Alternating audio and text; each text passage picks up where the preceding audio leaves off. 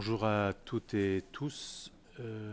Nous avons le plaisir d'accueillir un jeune homme qui est français et palestinien, qui habite Jérusalem-Est, Salah Hamouri, qui a passé plus de 7 ans dans les prisons israéliennes et qui est venu aujourd'hui au Parlement européen dans le cadre d'une tournée qu'il fait en France et en Europe, témoigner de sa situation. Donc je propose qu'il expose ce qu'il a à dire, puis nous passons pour 15 minutes à des questions-réponses rapides.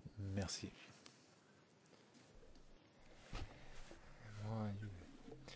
D'abord, c'est encore une fois, je veux remercier pour votre présence, l'accueil. C'était surtout de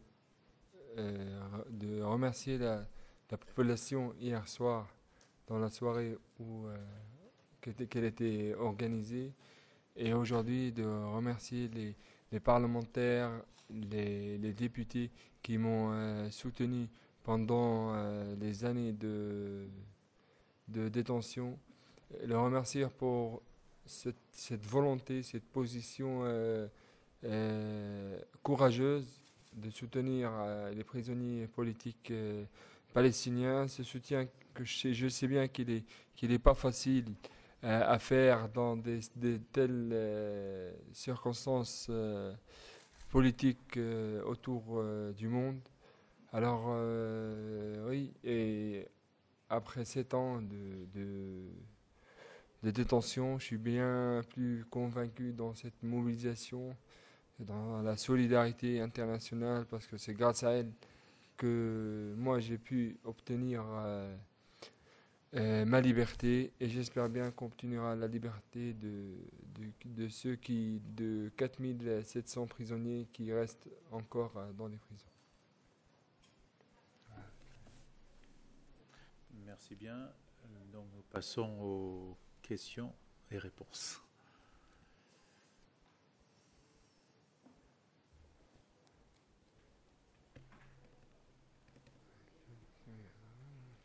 Oui, oui, bonjour, Camille Cerise-Gessan, Agence Europe. Je voulais savoir, est-ce que vous pouvez nous raconter un peu vos conditions de détention, s'il vous plaît? Oui, alors les conditions de détention des prisonniers politiques palestiniens sont des circonstances souvent difficiles, parce qu'il y a un essai de briser les nerfs, de casser la volonté chaque jour par les Israéliens. Moi, je veux vite fait parler, parce que depuis 2007 jusqu'à avril dernier, tous les prisonniers politiques, ils étaient interdits ni de recevoir des livres, ni de continuer leurs études. Plusieurs droits, ils étaient confisqués par une loi qui s'appelle la loi de Shalit, qui a été votée au Parlement israélien. Il y a 123 prisonniers qui sont détenus depuis 25 ans dans les prisons israéliennes. Il y en a surtout 2 d'entre eux qui sont détenus depuis 30 ans. Il y a les enfants qui se trouvent dans des circonstances de détention très très difficiles, isolés totalement. Israël refuse l'intervention d'aucune association internationale ou locale pour soutenir les enfants. Elle a refusé et même elle a bloqué plusieurs comités internationaux qui voulaient faire des enquêtes sur les prisons israéliennes et surtout sur les conditions des enfants. Ces comités, ils n'ont jamais eu le droit de rentrer dans les prisons pour vraiment savoir les circonstances des détentions des prisonniers. Il y a les prisonniers malades, il y a 400 prisonniers malades, 17 surtout d'entre eux maladies de cancer qu'Israël refuse de les libérer. Il y a les prisonniers aveugles, il y a les prisonniers qui sont des handicapés. Il y a quelques prisonniers, 2 ou 3 je crois, des handicapés mentaux qu'Israël aussi continue de les emprisonner. Il y a 7 femmes qui subissent des mêmes circonstances très très difficiles.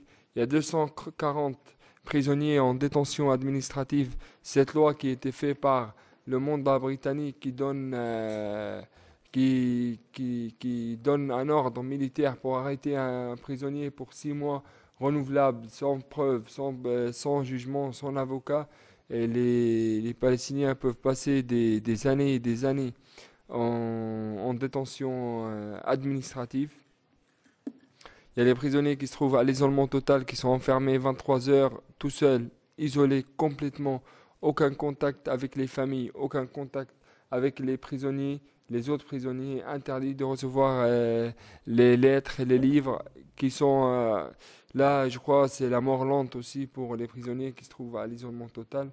Alors ça, c'est en général les circonstances de détention des prisonniers. Vous avez un droit de suite. Non, je voulais savoir du coup ce que vous demandez à l'Union européenne. Est-ce que vous lui demandez, je ne sais pas, d'intervenir dans ses relations avec Israël, par exemple?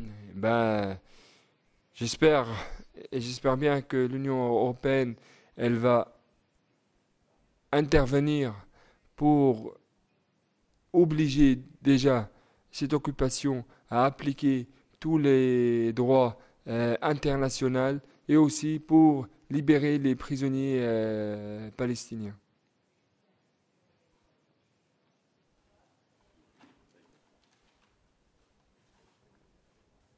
Y a-t-il d'autres questions? Oui. Michel Flamand, Le Monde diplomatique. J'ai suivi depuis un certain temps, nous avons suivi depuis un certain temps le parcours de Salah Hamouri pendant sa détention et après sa libération. Et on peut dire que ça a été l'aboutissement d'un effort collectif extrêmement important à travers le monde. Et comme également il a été dit,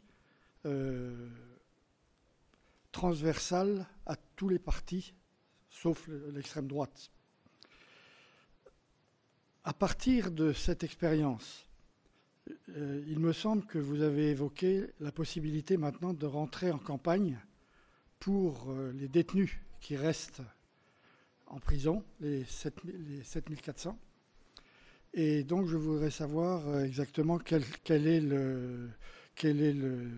la méthode que vous comptez employer pour mobiliser au maximum et entreprendre cette campagne qui, je pense, à laquelle vous avez consacré tant de temps et vous êtes prêt encore à consacrer tant de temps pour libérer vos camarades. Et d'utiliser tous les moyens, surtout pour libérer les prisonniers palestiniens, mais surtout là, on va lancer une campagne de parrainage pour les 4700 prisonniers.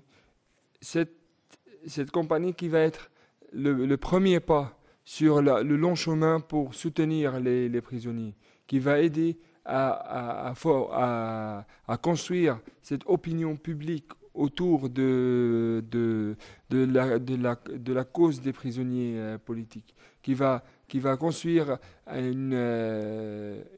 la protège pour les prisonniers, pour faire comprendre à cette occupation qu'il y a des milliers de gens qui protègent les prisonniers autour du monde, mais c'est surtout aussi pour le soutenir moralement, pour le faire comprendre aux prisonniers que vous n'êtes pas tout seul et qu'il y a des milliers de gens qui soutiennent leur combat, soutiennent vos familles.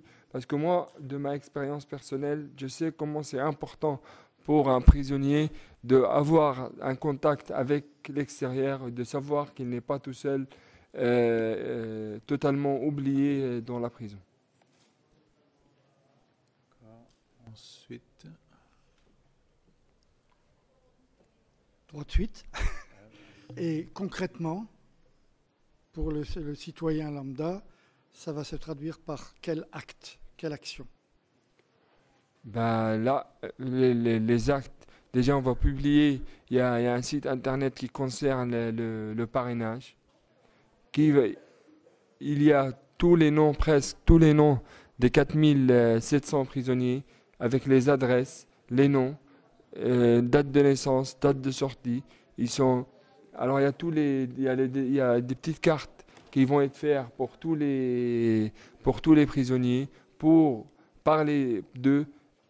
L'action, c'est d'écrire, pas une fois par mois, plusieurs fois par mois, pour envoyer les lettres dans les prisons israéliennes, pour faire comprendre aux prisonniers ce que je viens d'expliquer.